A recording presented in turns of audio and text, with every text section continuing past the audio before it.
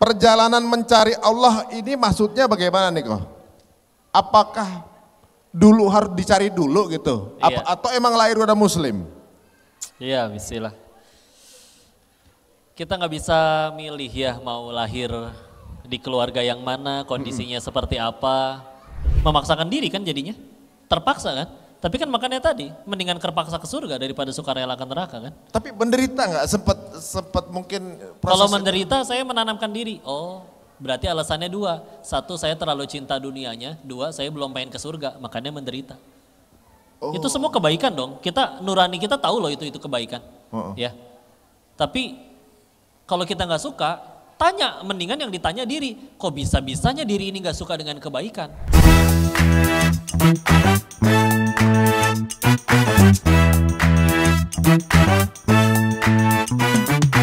Siapa yang datangnya jam 8? Wih, banyak juga. Jam 7. Jam 7. Jam 6. Jam 4, Bu. Bu, jam 4 subuh, Bu. Lah, dari mana lokasinya? Cilegon. Ada yang lebih jauh dari Cilegon? Mana? Sukabumi. Sukabumi. Ya Allah. Naik apaan? Naik travel. Ada yang lebih jauh Sukabumi? Bandung. Ya Allah. Jagakarsa, ini paling jauh, Jagakarsa nih paling jauh. Astagfirullahaladzim. Tangerang. Irian Jaya. Apa? Medan. Citranaya apa sih, Bu? Cikupa. Cikupa tuh di mana? Tangerang. Tangerang gitu. Citranaya. Mana lagi yang lebih jauh? Jati Asih. Nah, itu dia. Ini paling jauh nih Jati Asih nih ya. Naik ojek sampai. Mana? Hah? Padang. Palembang. Wong Palembang nih. Kesini kapan, hari apa? Tadi subuh sampai. Ya Allah, Palembang nganyut dari Sungai Musi sampai kemari. Nggak ngalah-ngalahin dari tadi. Tadi mana tadi? Tadi mana tadi? Sini. Jati Asih, terus ke Tangerang. Apa tadi? Rombongan sini? Hah? Cilegon. Pasar Gembrong. Pasar Rebo. Bu, Pasar Rebo mandi sini, Ibu. Ya Allahu Akbar, jauh-jauh. Jam berapa nyampenya, Bu? Jam 10. Yang jauh nyampenya pagi. Ibu Pasar Rebo jam 10. Tadi yang datang jam 4 dari mana? Cilegonnya jam 4, Ibu. Paling pagi tadi jam 4. Tuh, di mana tuh? Ciamis. Jam berapa nyampenya? 2:30. Ya Allah, Bu. Kuntilanak juga lagi nabrak warung. Udah di sini dia. Masya Allah, ini semangatnya luar biasa. Tepuk tangan dong buat ibu-ibu semua nih. Berikut ini kita akan ngobrol dengan seorang ustadz yang wajahnya dengan saya 11-12 lah.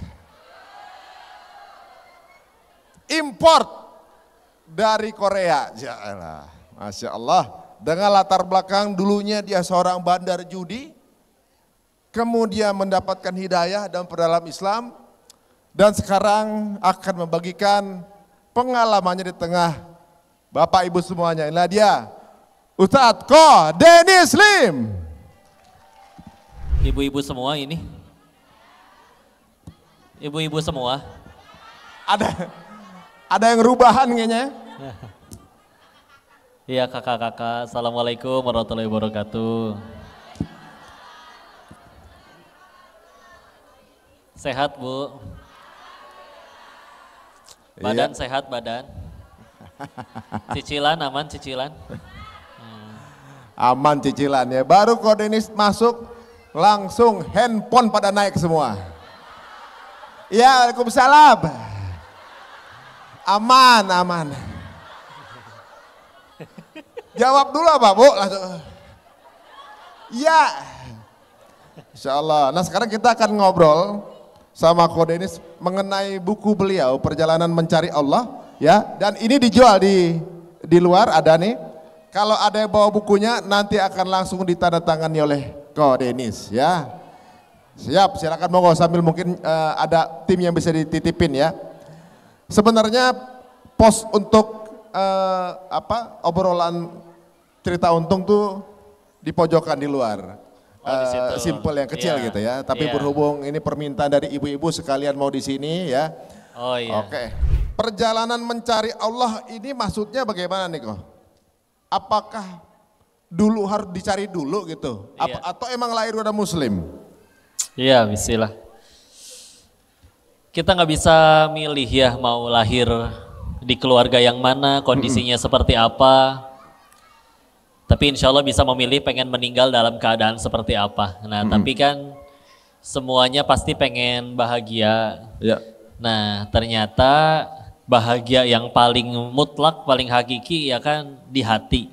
Nah di hati itu kan dibulak-balikannya sama Allah. Ya. Maka ternyata aneh kalau kita pengen bahagia tapi tidak dengan cara sang penggenggam hati, sang pembulak-balik hati. Makanya kok ternyata kita semua mungkin pernah nemuin ada yang uangnya lebih banyak dari saya kok lebih stres ya. Ada yang lebih nggak punya dari saya kok lebih bahagia ya.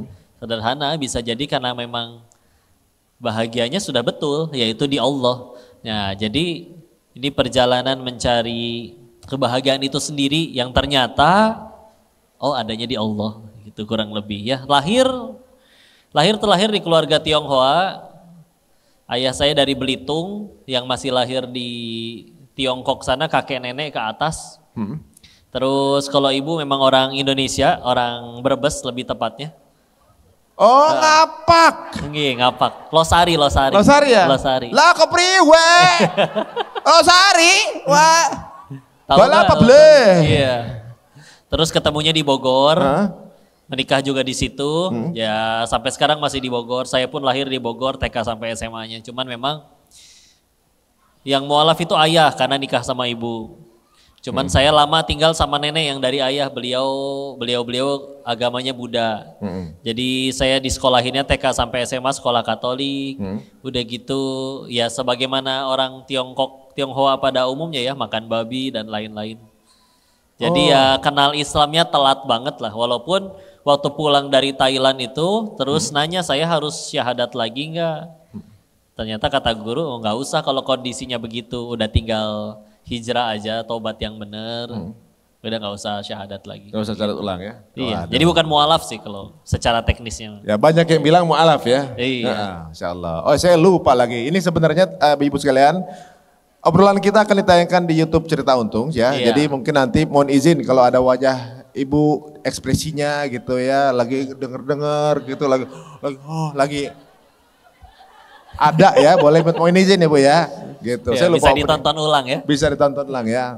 Dan alhamdulillah teman-teman semuanya, sekarang kita kembali di Cerita Untung dan moga-moga di setiap episode yang berikan keberuntungan secara edukasi dan obrolan kita dengan Ko Denis mengenai perjalanan mencari Allahnya ini bukan sesuatu yang mudah ya. Mungkin kalau kita yang udah terlahir muslim, di keluarga dengan circle muslim mungkin banyak privilege yang diberikan gitu kan. Nah berarti kan secara waktu kecil sampai akhirnya diproses kemudian proses menuju Allah itu kan sebuah perjalanan yang kalau dibilang circle-nya nggak bernuansa muslim gitu kan. Tadi masih makan babi gitu kan. Iya, jadi nggak muslim suasananya. Kalau boleh tahu rasanya kayak gimana itu babinya? Enggak, kepo doang. Iya. Enak. Enak lagi. Ya tapi kan udah nggak boleh. Udah nggak boleh. Yang mendekati daging apa sih? Apa ya nggak ada ya yang rasanya juicy kayak samcan gitu nggak ada. Samcan itu bagian yang di perutnya tuh, jadi setengahnya daging, setengahnya yang kayak gajinya lemak. Wah mantap lah itu. Oh, bikin penasaran. Kan ada tuh kambing yang dimasak itu nggak? Beda ya. Kan jorokan babi. Oh Jadi semakin rasanya jorok beda. semakin enak ya, oke. Kayaknya daging orang lebih enak. Oh iya benar. Jadi Bu cukup denger aja, nggak usah kepo, nggak usah kepengen tahu ya Bu ya. Iya. Iya, pokoknya mungkin kelebihan Kode ini sama kita adalah dia bisa udah pernah ngerasain daging babi ya. Gitu. Bukan kelebihan itu. Bukan kelebihan ya. Gitu. Kadang-kadang kita pernah, teman saya bilang, wah dia pernah makan daging babi, kalau gue lebih hebat kenapa? Gue pernah hidup sama babi gitu. Ada sebelah sama temennya. Iya. Nah, perjalanan mencari Allah ini dimulai sejak kapan? Jadi buku ini dimulai dari lahir ya, bahkan sampai saya agak jelasin sedikit juga terkait bagaimana orang Tionghoa itu bisa nyampe ada di Indonesia, itu juga dikutip di situ. Tapi secara garis besar mah dari lahir, ini ditulisnya itu sekitar 3 tahunan yang lalu lah. Waktu 2022-an ke belakang, 2021-2022. Jadi udah berdakwah, udah nyampein di pengajian-pengajian. Walaupun ini mungkin rilisnya waktu sebelum ya masuk YouTube, masuk televisi, podcast nih sebelum.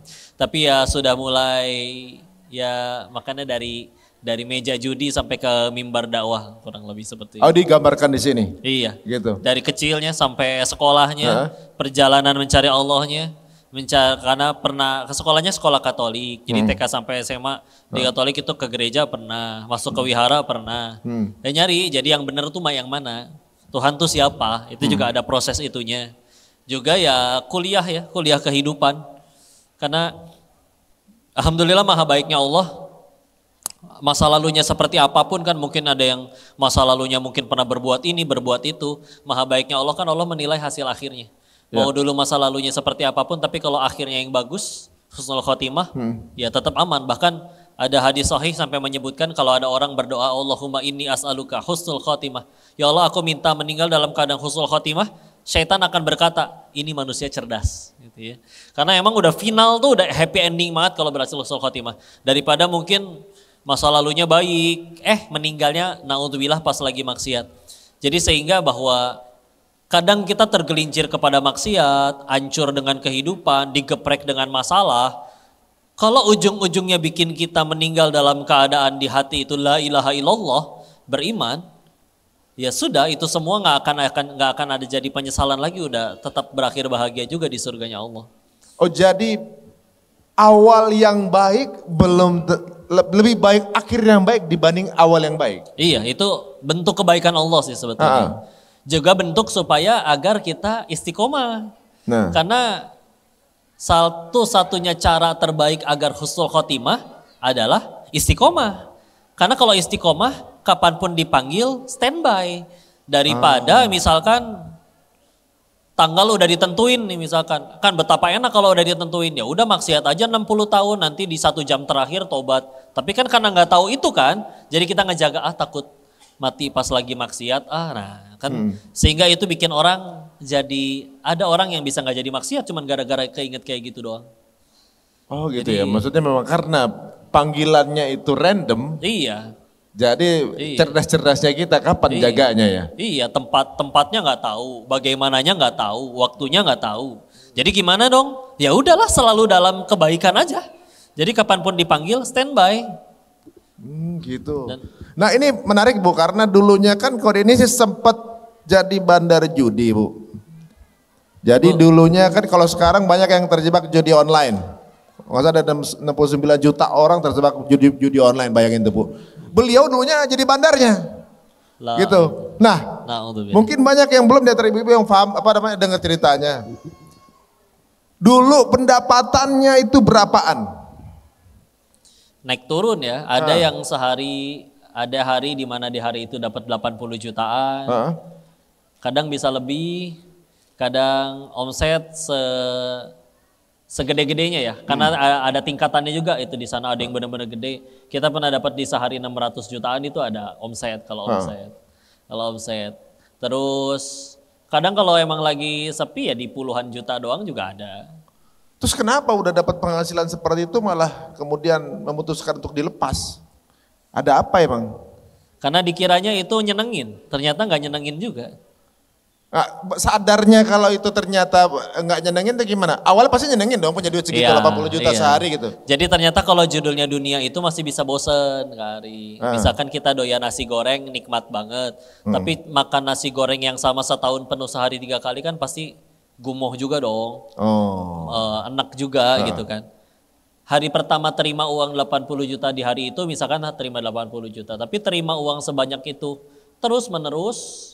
Nanti sama akan berkurang, ibarat punya handphone baru lah. Hari pertama senang banget, tahun berikutnya kan ya biaya aja dilempar. Ada yang baru lagi. Ada yang baru lagi gitu kan. Jadi pertama awalnya dari kejenuhan. Setelah jenuh baru mikir kok nggak seseneng awal waktu dapet ya. Jadi dulu kesimpulan sementaranya adalah oh mungkin cuman kurang kaya aja kali ya. Ya udah gaul lah dengan circle yang lebih kaya, ada bandar-bandar yang lebih gede lagi. Ketemu yang lebih kaya, lebih aneh masalahnya.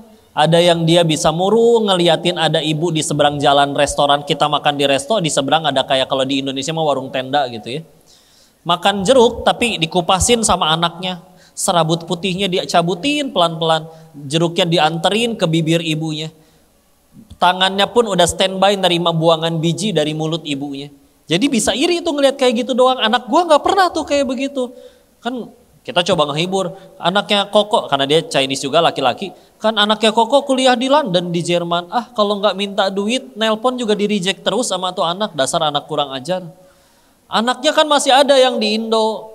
Anak kita mungkin kalau bosen cuman minta uang jajan ke warung, mereka duit udah bukan masalah. Jadi kadang pesen tiket, bosen pesen tiket ke Singapura, gak bawa apa-apa, beli baju di sana, pulang gak nunggu duit habis, nunggu bosen. Tapi gak pernah ketemu dengan anaknya.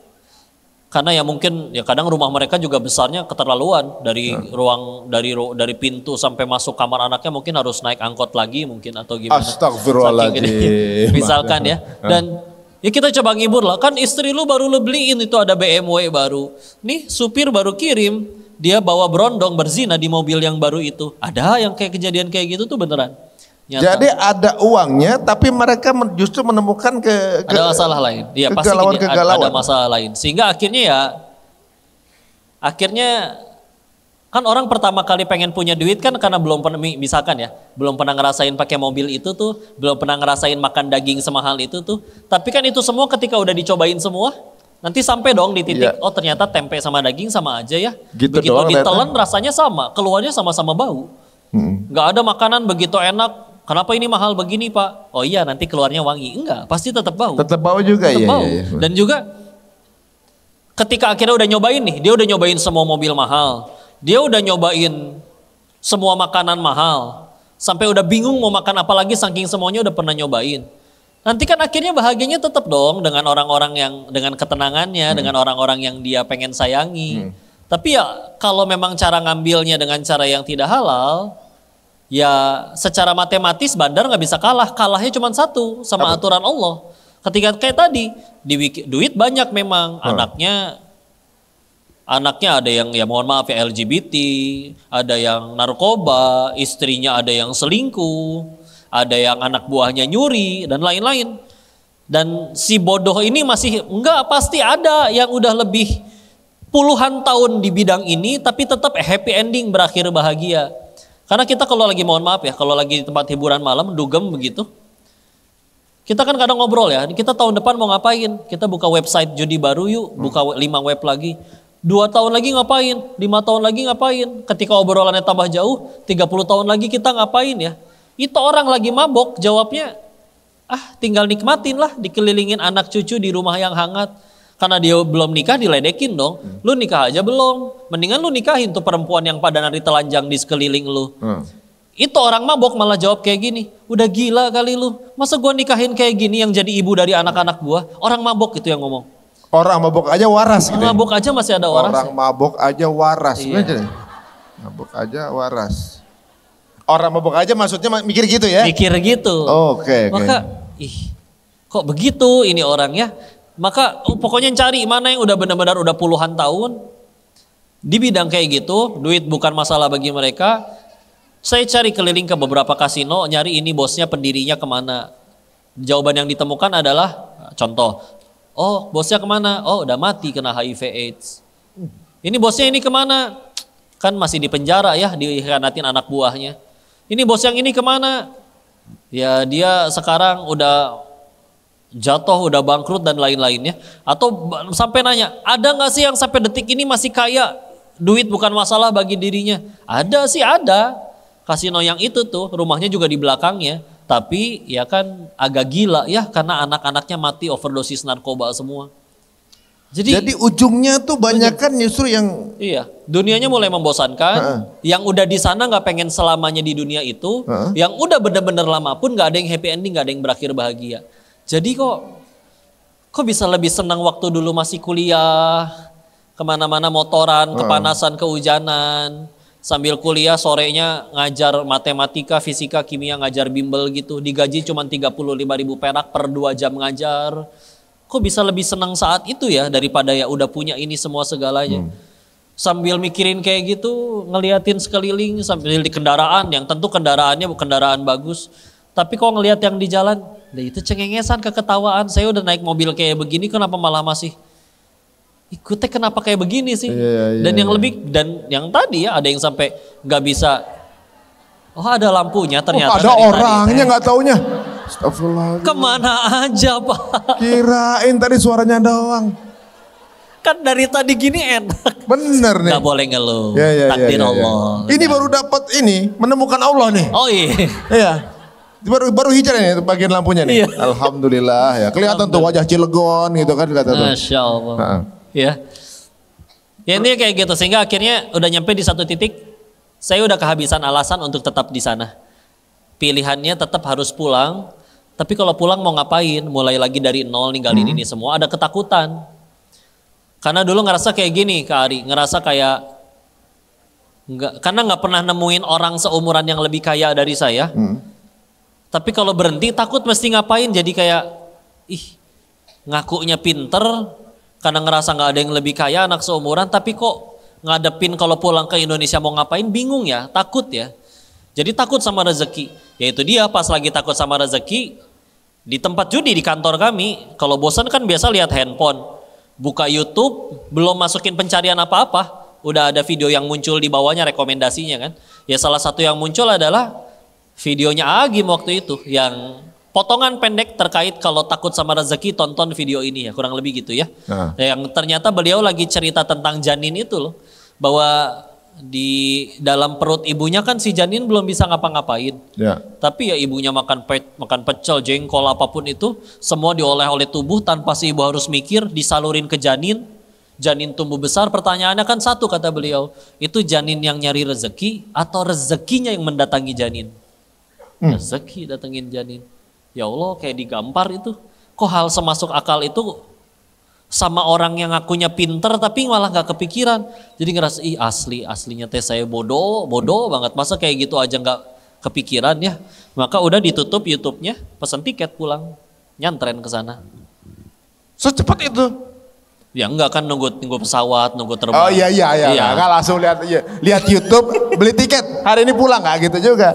Enggak, proses resign-nya kan juga gak mudah gini. Misalnya gini, kalau kita kerja di tempat kayak judi gitu kan. Kan setelah 2 tahun kerja resign, udah buka resign sendiri.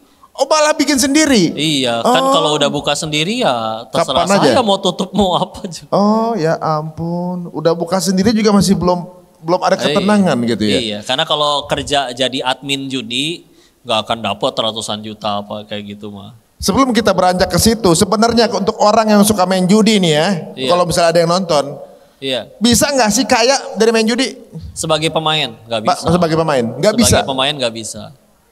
Karena kan si Bandar juga sama-sama pengen kaya, tapi si Bandar lebih cerdas dan lebih punya modal.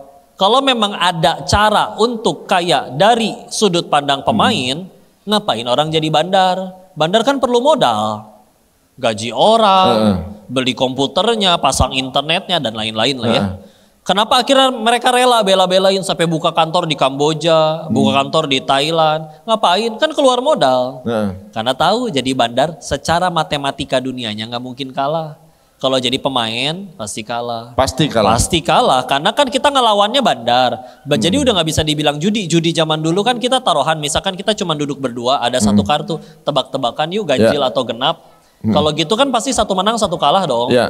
Nah kalau sekarang kan kita lawannya sistem nih, udah ada di handphone. Itu kan dibikin website programming, ada IT-nya lah ya. Dan yang bikin kan orang. Dan si websitenya pasti nguntungin orang yang bikinnya dong. Iya. Karena kalau emang si websitenya dari awal niatnya pengen bagi-bagi duit, ya dia bikinnya bukan website judi, lembaga amil zakat aja sekalian. Oh iya Ya. bener masuk itu ya. Karena dia pengen menang jadi bikinnya web judi. Orang beneran pinter, ngerti perhitungan matematika, gak punya iman aja, dia gak akan milih jadi pemain. Pilihannya antara jadi bandar atau ngakalin sistem, nipu bandar. Itu mungkin masih ada. Nah tapi ketika akhirnya dia tetap milih jadi pemain, kita tuh lawan orangnya juga pengen kaya, orangnya juga pengen beliin anak istrinya kado. Ya. Terus kita ngegantungin rezeki kita di website yang udah disetting buat nguntungin yang Menangin buat dia, kan. Ya udah lah. Kayaknya kurang smart kalau tipenya kayak gitu ya.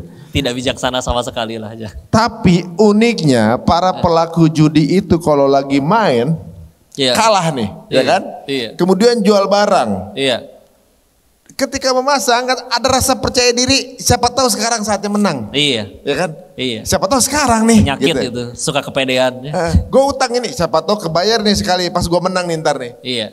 Kenapa sih ada dengan cara apa menarik perasaan itu tuh? Jadi kan makanya judi itu tidak tepat kalau disebut kecanduan. Karena kalau kecanduan tuh kayak orang pakai narkoba gitu loh Bu. Kalau nggak pakai tuh badannya kedinginan, merinding, kesakitan. Itu betul kecanduan. Kalau main judi kan dia berhenti main judi juga badannya nggak kesakitan. Makanya saya lebih tepatnya nyebutnya, ini nggak tahu istilah bahasa Indonesianya apa ya. Tapi lebih tepatnya disebutnya mah kabalejog. Kabalejog ya. Kabalejog itu kayak apa ya? Kesandung. Tergelincir. Oh. Gini. Contoh ya. Ini analogi paling umum ya Bu ya. Ada orang misalkan punya duit 500.000. Besoknya gajian. Besok juga dapat duit lagi. Ini 500 siapa tahu jadi 20 juta. Mainlah dia judi. Ternyata menang. Bukan karena jago, bukan karena udah ngitung, bukan karena udah prediksi. Lagi dikasih menang sama bandarnya. Dia menang 20 juta. Biasanya menang kayak begitu tuh setengahnya masuk ke judi lagi, setengahnya paling jadi barang. Kalau jadi barang pun dijualnya cepet karena ngerasakan belinya duitnya gampang. Jadi akhirnya beli motor 10 juta dia bisa jual 2 juta tuh Bu, karena ngerasa belinya gampang. Ya.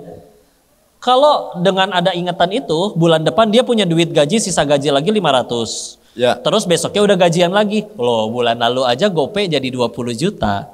Siapa tahu keulang. Kalau ternyata kalah, dia bisa ngeles. Kemenangan bulan lalu kan lebih gede daripada kekalahan ini. Terus gimana kalau kalah 500? Ya tinggal taruhan 1 juta. 1 juta sekali menang, 500 yang pertama balik, berikut 500 keuntungannya. Kalau 1 juta kalah, ya tinggal taruhan 2 juta. Karena 2 juta menang, 1 jutanya balik, berikut keuntungannya. 2 juta kalah, tinggal taruhan 4 juta, gitu aja terus. Tapi masalahnya, kalau emang dia cuma punyanya 4 juta, dan gajinya cuma 4 juta, habis dong pelurunya, modalnya habis. Berarti ketika modalnya habis, pilihannya apa Bu? Antara nahan lapar sampai gajian bulan depan, atau maksain nyari duit 8 juta, karena hanya dengan sekali kemenangan, selesai. hanya dengan sekali kemenangan, 4 juta modalnya balik, berikut keuntungannya. Cuman dari mana dapat modal 8 juta? Temen dateng tuh, bro pinjem dong mau ke warteg, ternyata digade buat modal.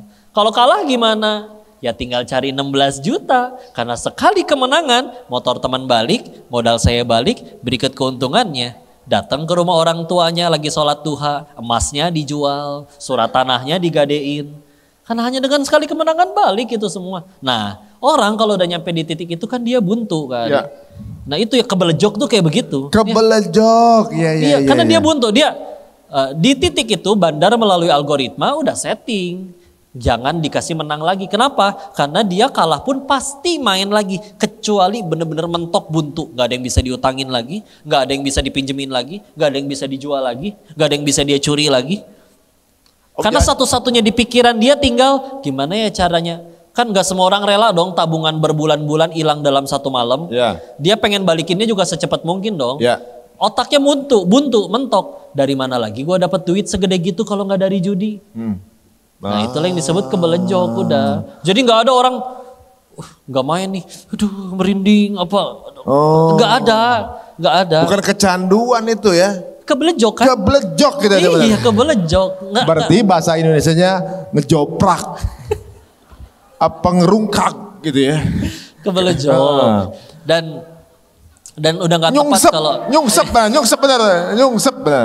Itu dia. Dan udah nggak tepat disebut korban Kari. Udah nggak korban ya. Karena kalau korban itu ada bapak-bapak nunggu ojek di pinggir jalan, motornya dirampas orang, itu korban. Korban itu. Ini kan dia main datang gak dipaksa, dia transfer sendiri dengan sadar, giliran menang nikmatin sendiri, giliran kalah ngakunya korban, minta bansos lagi, kan kurang aja. Aduh lagi nyambung ke sana ya. Tapi gini dari uraian antum tuh kayak begini deh. Selain itu ternyata berarti ada juga faktor judi online dengan naiknya pinjol loh. Iya. Angka pinjol juga betul. Naik nih. Angka judol naik, angka pinjol naik. Mungkin mau main tapi nggak punya penghasilan, yang tercepat ngasese pinjol. Betul. Bisa. Kan nggak semua orang berani ngutang ke orang dong, malu dong. Nggak berani nyuri dong, nggak semua orang berani nyuri kan. Atau nggak juga semua rela pengen ngejual barang yang mungkin itu handphone udah dia tabung bertahun-tahun. Paling cepat gimana? Foto sama KTP, udah. Kok paham sih itu? Kan banyak yang curhat. Oh banyak ya. Kira juga pelaku juga jangan-jangan. Dia bandar judol, bandar pinjol juga jangan-jangan. Bisa tahu. Dulu ya. Kita nggak pinjol, tapi memang izin ya. Memang di sekeliling kasino di Thailand itu memang biasanya ada tempat kayak gitu, tempat peminjaman uang atau tempat menggadaikan benda. Biasanya orang gade handphone, gade apa. Ya itu biasanya orang-orang yang pada kalah ngegade atau pinjam uang, ya tentu jelas diribain, dibungain. Jadi ya udah seiring berjalan beriringan sih itu mah. Karena ya nyari modal paling cepat lagi untuk dia balik lagi ke meja judi. Ya dari pinjaman cepat dan mikirnya kan masa iya sih masang 100 kali 100-100-nya kalah. Misalkan pilihannya cuma 2, player atau banker atau ganjil atau genap. Masa pasang ganjil 100 kali kalah kan nggak mungkin kan? Kalau memang kita mainnya fair, betul nggak mungkin. Tapi kan bandar bisa set, ini pengen saya bikin 100 kali ganjil terus juga bisa. Ntar dia pindah ke ganjil, pindah di genap ternyata yang menangnya. Jadi sebenarnya para pemain judol itu, kalau masih punya kepercayaan akan menang, berarti boleh dibilang bodoh. Ya kan? tidak bijak lah. Apa ya berarti ya? Apa ya ngomongnya? Udah jelas pasti kalah. Pasti. Masih dilakuin juga gitu. Pasti. Cuman ya dia kan tadi kan, ya orang, ya ibu mungkin pernah nabung ya bu ya, nabung bertahun-tahun, coba hilang dalam satu malam bu, kan ngejerit bu, nggak ridho kan? Ibu waktu ikut di mana emang bu? Kok bisa bilang nggak ridho? Kok bilang nggak ridho? Oh tetangga ada korban juga. Sampai ditelepon semua. Emang sampai ke komplek-komplek itu. Jadi kalau pinjol itu begitu kita install aplikasinya, itu ada persetujuan untuk agar si aplikasi bisa mengakses kontak dari handphone tersebut. Jadi kenapa dia ketika nggak bayar, dia tinggal cari di kontaknya misalkan ada tulisan mamah. Ya ini pasti ibunya nih. Untuk ditelepon, diteror anak lu tuh ngutang, kalau nggak bayar gua gitu-gitu lah ya. Karena sebetulnya izin ya, ini juga salah satu fakta. Pinjol itu, punten lah ya, kan kantornya paling 1 di Jakarta. Minjem maksimal biasanya kadang 1 juta 2 juta dibatasin. Gak semuanya bisa minjemin gede. Yang gede memang bunganya. Misalkan ya, minjem 2 juta bu. Orangnya di sana di Bolaang Mongondo atau di mana lah ya. Atau pokoknya di pedalaman Sulawesi. Minjem 2 juta. Masa sih si bandar pinjolnya rela ngutus tukang pukul buat datang beliin tiket pesawat buat nagih duit 2 juta gitu. Makanya mereka itu paling banter cuman bisa nelpon neror, maki-maki. Atau paling yang kadang ininya karena dia nggak cuma bisa ngakses kontak tapi juga bisa ngakses galeri. Nanti tinggal fotonya orang itu diakses di galerinya, dieditin sama mohon maaf video porno atau foto porno, disebarin bahwa nih anak lu nih ada skandal porno, padahal diedit. Tapi akhirnya kan orang ketika malu ditekan sama seluruh sekelilingnya, tertekan. Dengan tertekan akhirnya mau nggak mau nyari jalan untuk ngelunasin. Ketika ngelunasin minjem 2 juta, dilunasin udah nggak cuma 2 juta karena udah kena bunga. Karena sampai ada yang bunganya 65% per hari, coba bayangin. Minjem 1 juta, cairnya 800, bayar besok harus bayar 1,3. Dan per besok nambah lagi, segila itu bunganya. 1,3 M? Enggak, ini misalkan perumpamaan ya? misalkan 1 juta, ya. Misalkan minjem 1 juta. Minjem 1 juta. Nanti dicairinnya 800.000, enggak 1 juta. Dan begitu dia harus bayar, hari itu juga nih, saya nggak jadi minjem nih, udah cair, saya pengen bayar, nggak bisa 1 juta, 1,3. Udah langsung kena bunga hari itu? Langsung, sekejam itu. Kejam banget ya sebenarnya sistemnya ya? Ya namanya lintah darat ya saat itu. Cuman ya kayak gitu, makanya kami juga nemuin ada orang yang selon Kak Ari. Ya. Dia sampai minjem ke berapa puluh pinjol, dan ketika diteror, diladenin. Halo, bayar utang lo. Oh, ngancem. Iya aku takut, kayak gituin. Karena udah ngerasa, emang mau apa lu? Mau datengin gua ke sini. Ini alamat gua, so kalau berani datang. Gak pernah ada yang datengin. Cuman kan gak semua orang punya mental siap kuat untuk dicaci maki, dikata-katain kayak gitu tiap hari dong. Sama telepon teror. Udah gitu belum lagi ditelepon ke teman-temannya. Woi lu, gua jadi diteleponin gara-gara lu yang utang. Orang kalau udah selon telepon ngaco itu mah udah gua bayar. Padahal belum. Jadi ya ada yang sampai kayak gitu juga ada. Karena sebetulnya, jadi sehingga izin ya kalau ada nanti kerabat yang lagi kena kayak gitu. Udah fokus perbaiki diri, jangan buat dosa yang baru, jangan main judi lagi, jangan pinjol lagi. Capek memang, kalau emang bener-bener capek udah sok ganti nomor. Bener-bener ganti nomor, ganti apa, dia juga bingung mau ngobongin kemana lagi. Apalagi kalau kalian tinggalnya tidak di Jakarta. Karena kalaupun itu pinjol ada kantornya, ya paling di Jakarta. Coba kalian di pedalaman Sulawesi, atau di Wamena, atau misalnya gimana. Siapa orang mau ngejar-ngejar duit 1 juta, 2 juta, memang bunganya jadi gede. Udah tinggal itu tinggalin, suatu saat ada rezekinya lagi kalau pengen dibayar, bayar. Tapi jangan kecemplung lagi ke dosa yang sama. Karena kan akhirnya bisa jadi solusi kan Allah yang tolong. Iya ya, jangan ngelakuin hal yang bikin Allah gak mau nolong ya, sederhananya mah kayak gitu. Waduh, sebenarnya ini seperti lingkaran setan ya. Sekali sudah terperangkap, entah masuknya lewat judol atau pinjol, itu keluarnya susah ya kan? Susah. Ya.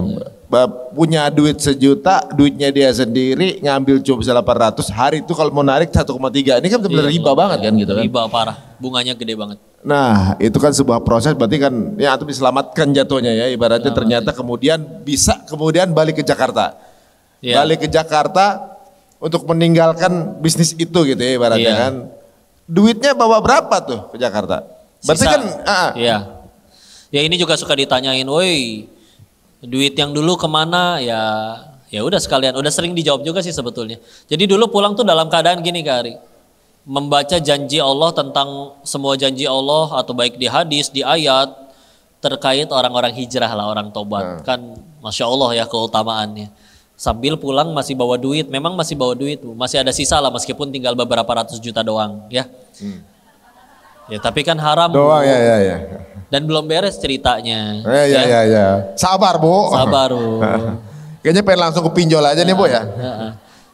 Jadi keutamaan hijrah, tobat, masih bawa duit banyak lagi buat modal usaha. Saya pasti sukses nih di Indonesia. Saya mikirnya gitu di awal. Tapi ini mah saya suka ngelamun sendiri ya. Mungkin kata Allahnya, ini mah lamunan saya ya, jelas saya tidak bisa bicara dengan Allah. Tapi suka ngelamun kayak gini. Mungkin kata Allahnya, katanya mau tobat, masa sisa uang haramnya masih disimpan. Gak sanggup ya ngebuangnya ya. Iya ya Allah, gak sanggup, terlalu melekat di hati. Mungkin kata Allahnya kayak gini, tenang, akan kukirimkan bala bantuan. Jadi saya banyak ditolong orang. Tahu siapa yang ditolong orang dalam maksudnya kan punya uangnya uang haram. Iya. Kok malah ditolong orang? Nah, yang nolong adalah tukang tipu datang semua, ya. Ya Allah. Jadi, ya nggak usah nyari bisnis, baru nyampe langsung ada yang ngubungin. Lu akhirnya balik ke Indo, tapi di Indo lu mau ngapain? Gue ada bisnis nih, ada proposalnya jelas, lengkap, rapi. Temen dari kecil, lu tinggal kasih duit segini, tiap bulan gua kasih lu keuntungan segitu, menguntungkan bukan? Jadi saya juga sampai mikir, apakah ini jawaban dari hijrahku? Ya ternyata begitu ditransfer dari hari itu sampai detik ini tidak terlihat lagi batang hidungnya. Jadi hilang. Ada yang sama-sama jujur, dibikin gak laku, bangkrut. Intinya mah habis lah. Sampai jualan kaos kaki lagi di trotoar. Kalau di Bandung di Dago kan ada Car Free Day. Saya duduk di emperan jualan kaos kaki 10 ribuan. Kalau di Bogor pengajian nggak ceramah, tapi kalau ada pengajian datang buat jualan kaos kaki, siapa tahu ibu-ibu beli, ya. Udah Itu berapa tahun itu Kang? Pembersihan ya 3 tahun awal itu 3 pembersihan. tahun ya. Sampai benar-benar habis pembersihan awal 3 tahunan dan itu 2 tahun sampai ke yang mohon maaf episode yang akhirnya ya kata orang nggak viral ya. Pakai P lagi viral. Ya. Udah gitu, ya itu di 2 tahun awal ya mulai dari kayak gitu. Akhirnya pandemi, akhirnya nggak boleh jualan, nggak boleh itu. Akhirnya lowongan yang paling terbuka kan jadi kurir, ekspedisi, kerja di JNT waktu itu. Jadi naik motor bawa paket 60 paket, 70 paket. Kita tahu Bogor kota hujan. Ya. Jadi kalau misalkan tukang paket itu Bu, kalian juga Masya Allah ya tukang paket itu. Kalau benar-benar belum ngerasain mah Masya Allah. Mereka punya jas hujan satu, mending buat barang daripada badan. Karena kalau basah, apalagi barangnya handphone, kan dia yang harus disuruh gantiin. Jadi ya hujan-hujanan dia panas-panasan kalau jadi kurir itu, ya. Dan dulu setiap kali nganterin tok paket, nggak ada yang misalnya begitu buka pintu, kok Dedis? Nggak ada, siapa lu ya? Oh iya. Siapa lu? Jadi yang ada udah lempar aja ke dalam. Kan orang pandemi nggak mau ketemu.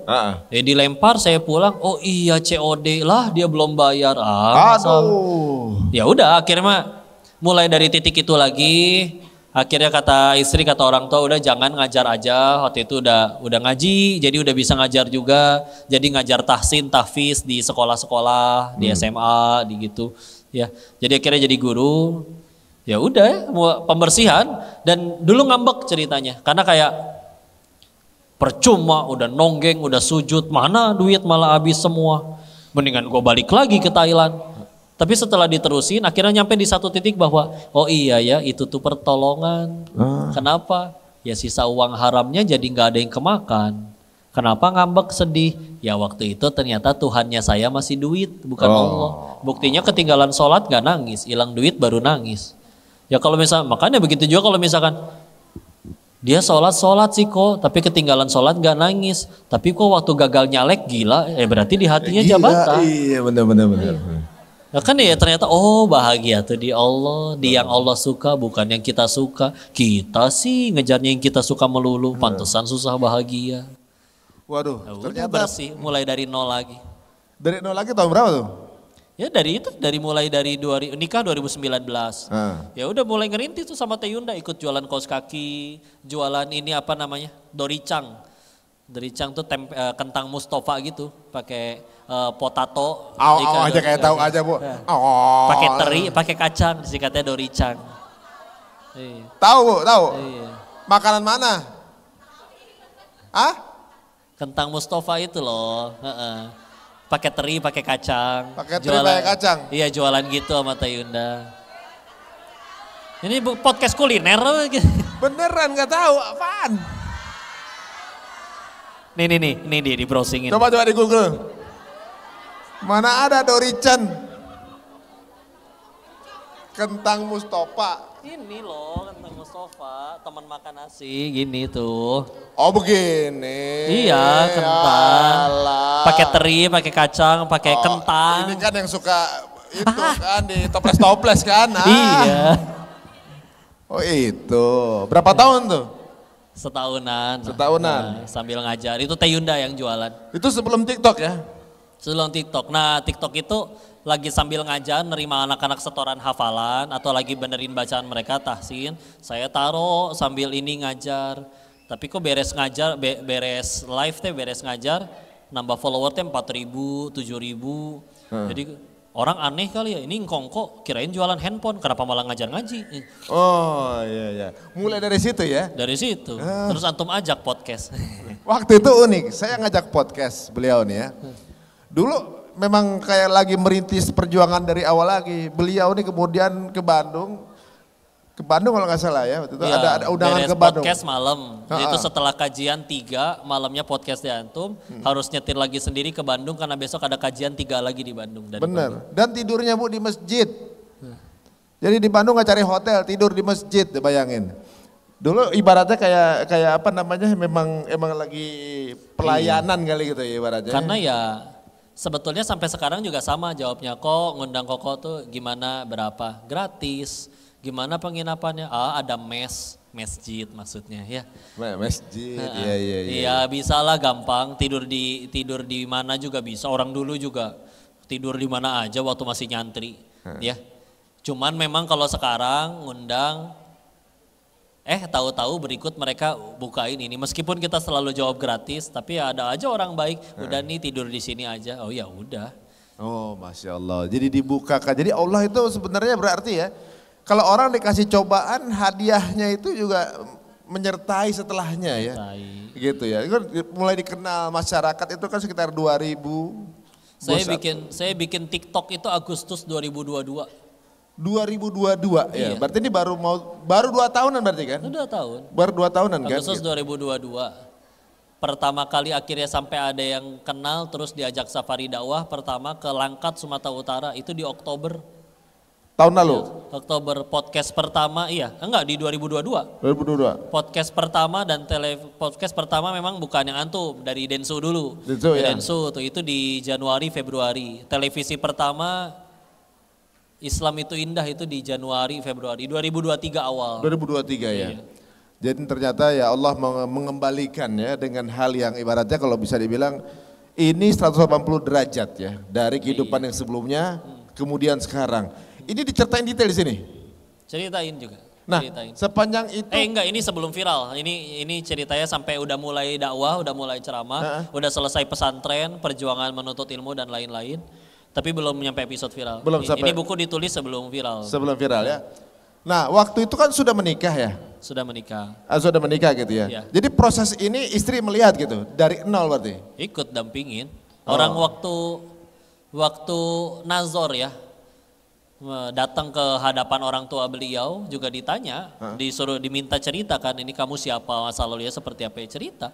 Ya saya dulu di Thailand seperti itu. Diceritain aja apa adanya, jujur aja, karena kan ya sudah, Allah yang genggam hati beliau lah, diterima-terima, enggak, kalau tidak diterima kata Allah berarti aku tidak layak baginya. Kalau misalkan diterima ya harus melayakkan diri untuk baik bagi mereka, jadi menantu terbaik, jadi suami terbaik. Masya Allah. Waktu dulunya berarti nyantri di AAGIM berapa tahun? Programnya 2 tahun. 2 tahun ya? Beres dari AAGIM, ngambil lagi jurusan hadis di Bandung juga 3 tahun. Udah beres Agustus kemarin wisudanya. Ya terus aja nggak nyantri lagi. Jadi mungkin agak aneh di pesantren gitu, ada kongkoh di santri itu agak aneh gitu ya. Seperti dianggap aneh nggak dulu sih? Aneh. Dulu juga awal-awal ke masjid itu ada yang neriakin, woi Cina ngapain lu ke masjid? Ada yang ngomong kayak gitu juga ada. Mau dilawan nggak bisa 10 lawan 1, emangnya Wing Chun noninya, nggak bisa. Jual pulsa gitu maksudnya. Nah itu kan kemudian di pesantren, ketemu istri di situ? Ketemu istri di pesantren. Oh Masya Allah, itu gimana tuh proses akhirnya milih istri itu apa emang suka ngelihat jatuh cinta di pesantren atau gimana? Ya udah, waktu itu akhirnya memutuskan sudah waktunya untuk menikah ya biar nggak jadi fitnah juga. Terus akhirnya pertemuan pertama itu ada namanya Rakernas, Mukernas, Musyawarah Kerja Nasional, dikumpulkanlah Darut Tauhid se-Indonesia. Udah gitu ya qadarullah saya datangnya telat ya. Pas telat masuk ke pintu kayak muncul di paling belakang situ. Ya orang ngeliatin kali ini engkongko dari mana rame. Cuman ya Teh Yunda tuh terlihat paling biasa aja lah, nggak heboh gitu, nggak ribut. Oh ya. pesantren ceweknya iya gitu. Nggak gitu juga. kan disangka ngajak kungfu kan, ada kongko gitu. Tapi ada yang begitu ada. Makanya kan fitnah kan, makanya ya udah harus nikah ini. Udah gitu, itu pertemuan pertama terus ngelihat bahwa Oh kok dia biasa aja gitu. Kalau biasa aja apakah mungkin dia nggak tertarik dengan ini kan casing sebetulnya. Ya. Allah mau ambil kapan aja ya habis dimakan usia atau mudah tahu-tahu ya naudzubillah ya kesiram air keras atau apa. Intinya fisik tuh mudah hilang ya. Nah, maka kalau bukan karena fisik berarti apa mungkin bisa gitu ya nerima saya apa adanya kayak gitu ya dengan masa lalu seperti itu. Nah, udah gitu begitu lulus dari pesantren teman pesantren itu dikirimnya ke cabang Medan, ke cabangnya Teh Yunda. Jadi dia yang perantarain lah. Ya udah, pertemuan kedua saya datang ke rumah beliau ketemu ayahnya. Pertemuan ketiga akad nikah. Udah, kalau jadi buku cepet tamat nih. Oh jadi cuma 3 kali ketemu? Iya 3 kali ketemu. Tapi kalau sekarang udah nggak kehitung berapa kali ketemu kan tiap malam kan ketemu. Ya iyalah. Beliau baru cerita nggak sengaja sekarang nunggu anak keempat ya. Nggak sengaja ya? Kenapa? Nggak sengaja menunggu anak keempat ya? Nunggu anak keempat. Nunggu anak keempat? Bukan tuh teman saya yang lain ya. Bukan kehamilan pertama. Anak yang pertama ya? Iya, Nggak 5 sengaja tahun. nunggu anak pertama ya? Alhamdulillah. Iya. Itu saya podcast tadi anak yang keempat, ini hamil juga anak yang pertama. Masya Allah. Ya. Mohon doanya Bu ya. Iya. Ibu, monggo silahkan sekarang kalau mau ada yang ditanyakan. Ya ini dia Mbak di depan nih, di belakang juga ada. Oh ada bapaknya juga tuh, nah ini dulu depan dulu. Ya mikrofonnya dicolek dulu dikit. Pencet Bu.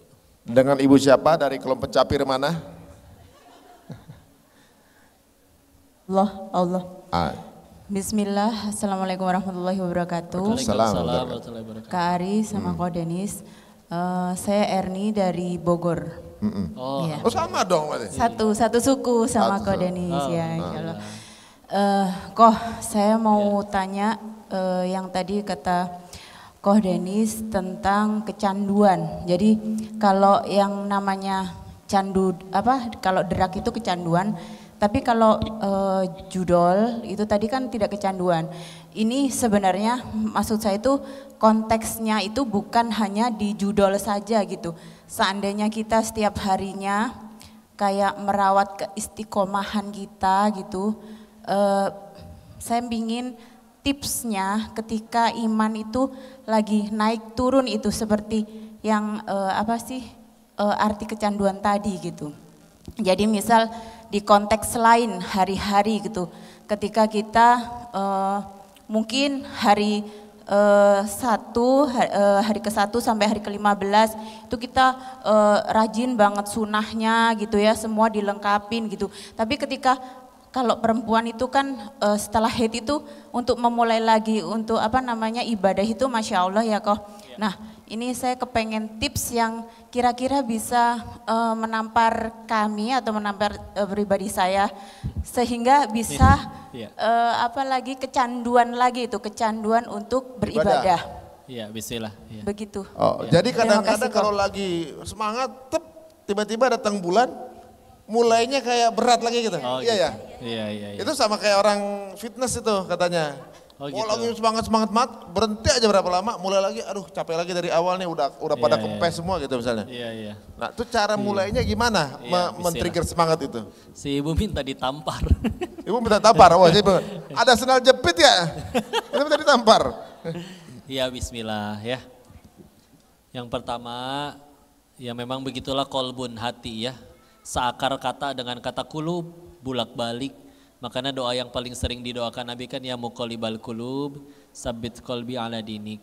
Atau boleh baca juga Quran surat 3 Ali Imran ayat 8. Rabbana la tuzigh qulubana ba'da idh hadaitana wa hab lana min ladunka rahmah innaka antal wahhab. Itu boleh. Terus yang pertama jelas juga minta tolong sama Allah. Karena kadang kita suka kurang minta tolong ke Allahnya. Bangun tahajud aja contoh. Kita kan kadang lebih bersandar ke alarm daripada ke Allah. Coba aja bangun beres isya tuh minta ya Allah bangunin saya tahajud ya Allah. Itu insya Allah lebih mudah bangun daripada kita bergantung ke alarm. Tapi lupa berdoa minta tolong ke Allah. Terus kalau lagi futur memang pasti futur pasti ada Bu, nggak mungkin nggak ada. Tapi kalau lagi futur, tips ketika lagi futur itu kalau lagi futur tolong jangan sendirian. Maksain diri aja ketemu orang, ketemu circle yang memang ya Allahumma paksain sih, memaksakan diri itu wajib memang. Malas ngaji paksain ngaji, malas sholat paksain sholat. Karena kan memang masih lebih baik memaksakan diri ke surga daripada sukarela ke neraka. Ya. Terus jangan lupa selain akhirnya circle itu, nanti kalau kita akhirnya tetap futurnya kejauhan, kadang Allah juga tetap kasih pertolongan. Dengan cara ya masalah lah, musibah lah, dikasih keinginan lah. Kita kan kalau lagi punya keinginan lebih mudah tahajudnya ya. Apalagi kalau lagi ada masalah. Itu juga bisa jadi pertolongan meskipun kita nggak suka. Ya tapi kan kita nggak suka karena bahagianya belum di Allah, bahagianya masih di situ. Bahagianya di duit, nanti dikasih masalah duit. Dengan akhirnya itu jadi sujud. Itu kan sebetulnya pertolongan semua. Bahkan termasuk azab. Orang ngiranya azab itu kan hukuman. Enggak. Azab itu pertolongan, satu lumayan jadi berhenti dosa, dua gugurin dosa. Korupsi 10 orang, yang 10 yang satu ketangkep, yang 9 gak ketangkep, kan ngambek.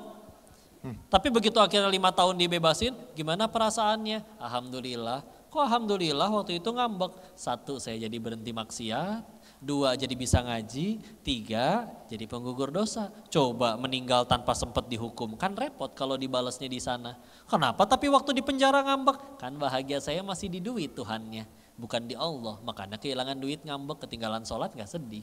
Ya, jadi itu pun demi Allah orang kalah judi itu pertolongan. 1 jadi berhenti judi, 2 lumayan gugurin dosa. Daripada udah korupsinya triliunan tapi cuma 6,5 tahun, itu repot. Itu bisa masuk. Maaf. Nyampe juga ke situ ya. Maaf. Oke. Siapa tahu nanti dapat hidayah. Iya. Amin. Jangan sebut siapa-siapa, kita mah cuma bisa doain aja. Siapa tahu 6 tahun keluar mu'alaf ya kan? Amin. Ya Amin, Allah. Masya Allah. Bismillah. Tapi enggak ada yang tahu. Karena tuh memang begitu ya.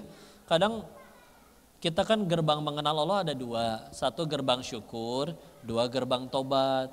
Biasanya gerbang syukur itu kita suka kebablasan. Kadang jangankan bersyukur, ada yang gajian ngambek kok. Kadang ngerasa kok yang lain lebih gede dari saya. Padahal hak dia nggak dipotong, dia cuma dengki aja sama yang lebih gede. Kalau gerbang syukur kita nggak mempan-mempan, kadang mau nggak mau harus pakai gerbang tobat. Ada masalah, ada yang ngutang galakan yang ngutang, dan lain-lain gitu. Tapi kalau gara-gara itu kita akhirnya bisa tambah banyak sujudnya, ya nggak apa-apa, bismillah. Itu juga cara Allah buat nyelamatin kita.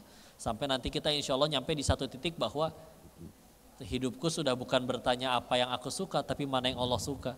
Sudah bukan bertanya apa aku bahagia, tapi bertanya sudah berapa orang yang kubahagiakan. Oh udah enak kalau kayak gitu. Insya Allah. Catat buat status ya, itu ya. Ya, jadi ditamparnya bagaimana cara semangatin itu tadi? Terus ada temannya tamparan. Iya. Jadi istiqomah Bu ya. Benar, Masya Allah. Oh ya, satu lagi jangan lupa wisata rohani. Ke kuburan, ke panti, ketemu orang yang udah divonis dokter umur saya 6 bulan lagi. Karena kalau ketemu mereka Bu, melembutkan hati, seketika masalah kita langsung jadi receh beneran. Malu, masalah kita tuh gak sebanding. Ya. Jadi menurut saya penting ya untuk sesekali yang mampir, ya Allah ke kuburan, dulu dia lebih kaya dari saya, sekarang dimakanin cacing juga, hartanya gak nyelamatin, malah bikin anak-anaknya pada berantem. Yang kayak gitu penting menurut saya ya. Iya ya, kalau dipikir-pikir sebenarnya kalau kita ngerasa punya masalah, mungkin karena referensi kita melihat permasalahan kita itu seperti di bawah permasalahan orang soalnya. Iya. Seperti di atas permasalahan orang ya. Tapi kalau kita mikir masalah sama orang Palestina aja kita nggak ada apa-apanya kayaknya ya. Ya nggak apa-apa lah kalau gitu ditipu orang, nggak apa-apa daripada kita kena bom ya kan. Iya. Benar juga ya. Allah. Berikutnya, nah tadi di belakang ada bapak-bapak tuh, bapak-bapak. No. Tadi nanya apa lagi begini? Itu dadah-dadah doang kayaknya. Lagi begini deh, sama handphonenya di depan gitu. Lagi ngisi pulsa kayaknya. Lagi main sama Zeus jangan-jangan. Tahu juga. Yang ketawa tahu nih, yang ketawa tadi. Jangan-jangan Lord Zeus lagi. Lagi asip video akhirnya. Kirain akhwat dulu gitu. Siap, dengan Pak siapa nih? Dengan Akib. Akib. Ya kepanjangannya arah kiblat. Arah kiblat, ngeri. Anak sekarang tapi bukan, bingung gue bilang ini. Aduh malah Akib, arah kiblat. Bukan sih, anak kesayangan ibu bapak. Oh gitu, ayah kesayangan ibu bapak boleh juga. Apalagi singkatannya yang lain dah. Banyak ntar. Buat tunggu sampai Isa. Sesinya habis. Akib, udah nikah belum? Ya, Udah nikah belum? Belum. Siapa tahu di sini. Udah ke arah kiblat belum ada makmumnya bagaimana? Udah langsung aja nanti. Langsung ya. Ini juga udah nggak sabar langsung aja. Terima kasih udah diberi kesempatan. Assalamualaikum Koh Deni. Ya, Waalaikumsalam salam. warahmatullahi wabarakatuh. Saya pikir Koh Denis ini mu'alaf, ternyata muslim dari kecil ya? Ya. Iya. Oh iya. Tapi telat belajar Alhamdulillah agamanya. diberi kesempatan, makasih Mas Ari Untung. Yang ingin saya tanyakan, tentunya Koh Denis ini nggak mudah untuk menghilangkan hal-hal buruk yang terjadi yang udah menjadi habit gitu ya. Kemudian berpindah ke hal yang baru, yang harus adaptasi lagi gitu. Nah, mungkin Koh Denis pernah sebelum itu mungkin sholat taubat mungkin ya. Nah, ada nggak program-program yang Koh Denis lakukan secara terencana gitu, step by step untuk mengubah dari habitnya ini yang udah bertahun-tahun dilakukan, kemudian untuk merubah menjadi lebih baik, step-stepnya apa gitu, misalnya dari hal seperti ini dulu yang dilakukan, kemudian ketika ini gagal kemudian ada plan B, ketika ini gagal plan C, ketika gagal balik lagi gitu. Enggak gitu, ada nggak step-stepnya supaya tetap pada pendiriannya gitu dan tidak akan mengubah hal yang yang buruk lagi. Kemudian yang kedua, boleh. Penasaran. Pesannya aja nih, otomatis bisa nggak, kan kalau Bandar itu untuk menarik pemain itu dia pasti ngasih kemenangan dulu. Itu ada nggak sih orang yang menang itu bisa berhenti dulu gitu, atau dia memang udah kebiasaannya harus main lagi gitu, ketika dia udah menang tetap harus main lagi, dipaksa untuk main oleh, ada trik-trik Bandarnya gitu untuk tetap harus main. Lo ngapain? Mau jadi bandar? Pakai ditanyain itu. Enggak, untuk pesan aja gitu, pesan untuk, ada nggak pesan-pesan buat para judol-judol? Karena judol ini udah terjerat, pastinya selain terjerat judol mereka juga akan terjerat pinjol dan begitu seterusnya gitu. Itu aja. Oh, maksudnya kalau lagi menang bagaimana caranya pemahamannya biar berhenti gitu ya? Iya. Biar nggak lanjut lagi gitu kan? Biar nggak lanjut lagi, menang udah. Udah. Udah gitu aja. Ya siap, makasih Bang Apik. Assalamualaikum. Assalamualaikum warahmatullahi Waalaikumsalam. Pertanyaan pertama itu apa stepnya untuk proses detox ini? Ya. Dari kebiasaan ya kan, kalau kebiasaan ya nggak gampang ya untuk merubahnya, benar juga nih Bang Akip ya. Nih itu buktinya masih kebiasaan kan? Gitu. Jadi bagaimana caranya prosesnya, kan nggak mudah, nggak mungkin tiba-tiba instan berubah gitu aja kan? Dan prosesnya ini kan pasti ya kayak orang detox itu pelan-pelan. Apa dulu dan kalau misalnya nggak berhasil, ada plan B juga nggak, ngapain misalnya gitu? Ya, bismillah. Makanya cara paling cepatnya memang memaksakan diri. Kenapa tadi istilahnya langsung masuk pesantren? Kan biar benar-benar nggak bisa ngapa-ngapain. Di pesantren kan handphonenya disita. Kalau nggak tahu ya di pesantren lain ya. Tapi kalau di Darut Tauhid handphone saya disita. Jadi yang ngajakin juga nggak ada akses. Sayanya pengen balik lagi aja di karantina. Udah kayak shock culture dong, bisa-bisa kan kebiasaan nggak biasanya pegang handphone, lingkungan ini tiba-tiba benar-benar lingkungan baru. Gitu. Iya, memaksakan diri kan jadinya, terpaksa kan. Tapi kan makanya tadi mendingan terpaksa ke surga daripada sukarela ke neraka kan. Tapi menderita nggak, sempat mungkin proses. Kalau menderita saya menanamkan diri. Oh, berarti alasannya dua. Satu, saya terlalu cinta dunianya. Dua, saya belum pengen ke surga, makanya menderita. Oh. Itu semua kebaikan dong. Kita nurani kita tahu loh itu kebaikan. Ya. Tapi kalau kita nggak suka, tanya, mendingan yang ditanya diri, kok bisa-bisanya diri ini nggak suka dengan kebaikan? Sudah seburuk itu memang diri ini. Sedangkan kita semua pasti nggak suka kalau dicap buruk. Makanya harga dirinya laki-laki pasti akan berontak. Aku nggak mau membiarkan diriku jadi manusia mohon maaf ya, sebajingan itu. Ya, nah malu istilahnya. Makanya kalau benar-benar laki-laki, ya pun termasuk dia nggak akan mukul perempuan, nggak akan. Karena sadar, serius aku membiarkan diri kita jadi manusia seburuk itu satu ya. Yang kedua memang tadi tobat itu perlu, tobat itu obat dari segala masalah bahkan saya bilang.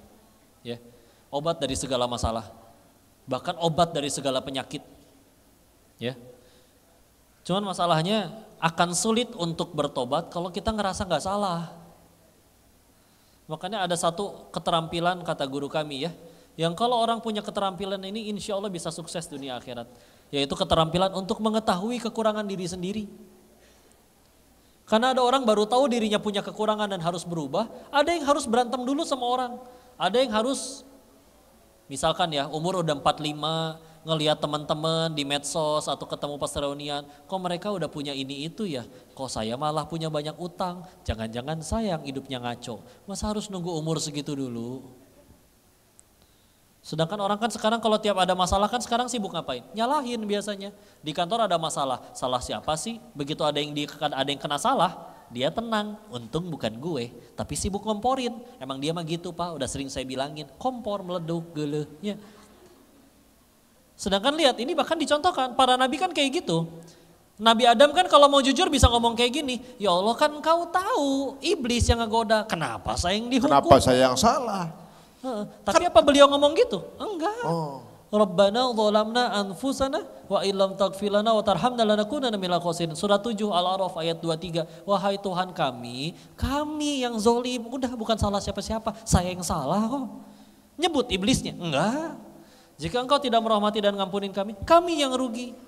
Iblisnya ngomong apa? Surat 15 Al-Hijr ayat 39. Karena engkau yang menjadikan aku sesat ya Allah. Jadi ibarat maling ketangkap terus ngomong, kenapa kamu nyolong? Allah sih jadiin saya maling, itu setan. Ya. Kita kan gak kayak gitu, masih ada imannya lah bismillah insya Allah.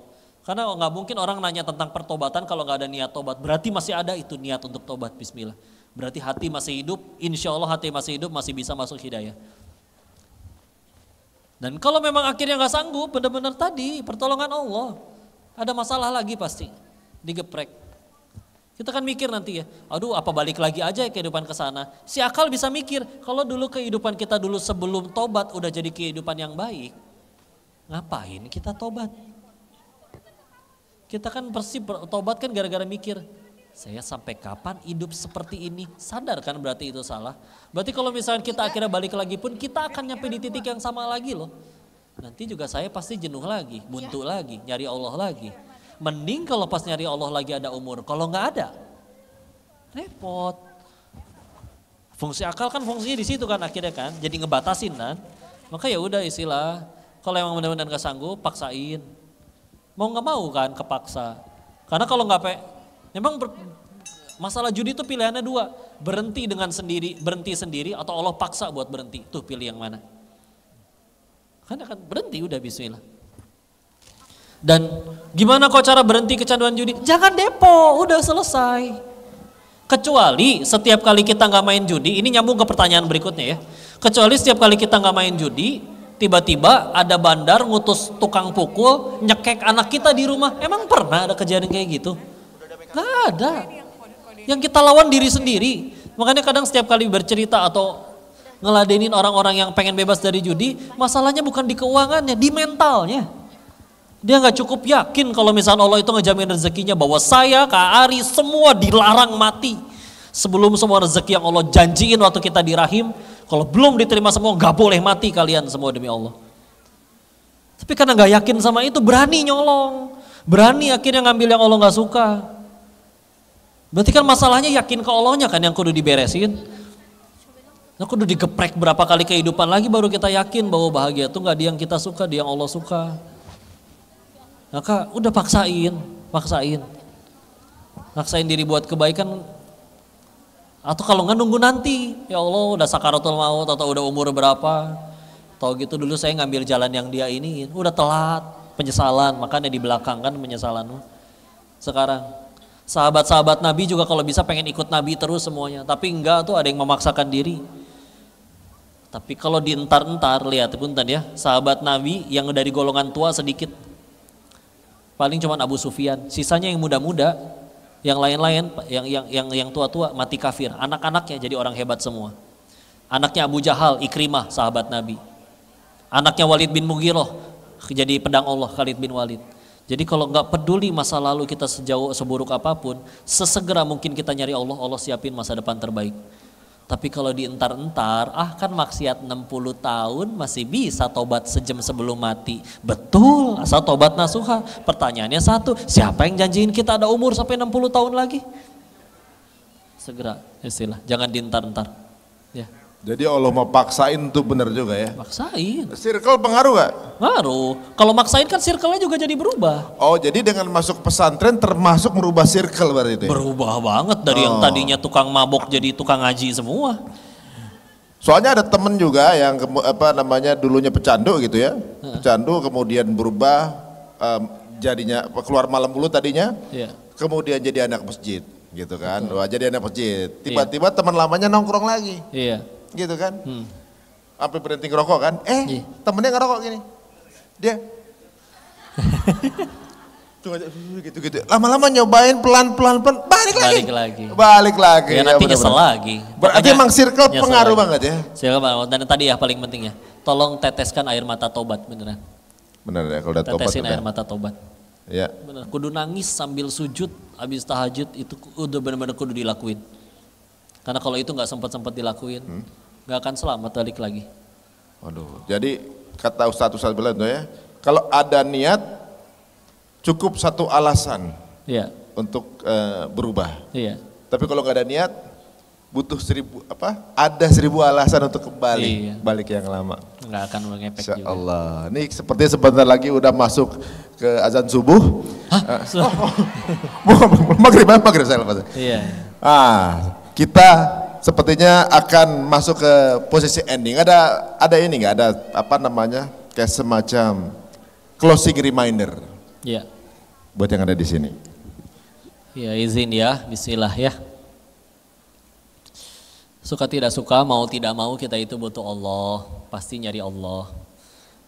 Tapi kan pilihannya dua, mau datang dengan sukarela, apa harus diseret dulu. Ketahuilah, kalau pengen semuanya baik-baik saja, maka lihat semuanya pakai kacamata iman.